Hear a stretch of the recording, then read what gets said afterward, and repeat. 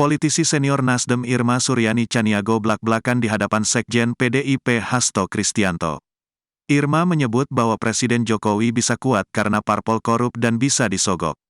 Hal itu diungkapkan Irma dalam acara Election Talk di FISIP Universitas Indonesia, Kamis, tanggal 7 Maret tahun 2024. Dalam acara tersebut, ia menceritakan tentang kisruh kondisi politik, tentang dugaan kecurangan pemilu 2024. Salah semua. Jokowi bisa sekuat ini, kenapa? Karena partai politiknya korup. Karena partai politiknya bisa disogok. Karena partai politiknya bisa dikuasai.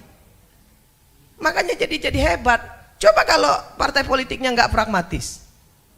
Coba kalau partai politiknya nggak korup, nggak bakal bisa digenggam sama Jokowi. Siapa dia? Tapi apakah kita harus membenahi ini? Harus. Nggak boleh juga dia mentang-mentang.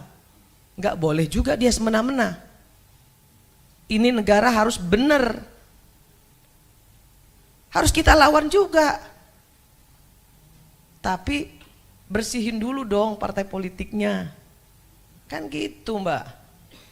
Partai politiknya benerin dulu.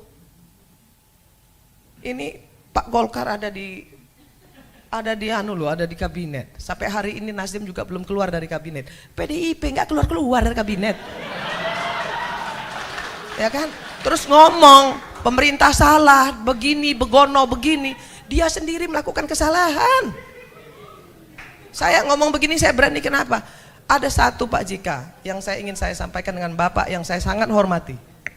Kalau di DPR itu Pak JK, kalau mau nyolong diem. Kalau nggak nyolong baru boleh ngomong. Gitu Pak JK. Di DPR itu saya mendapatkan istilah itu.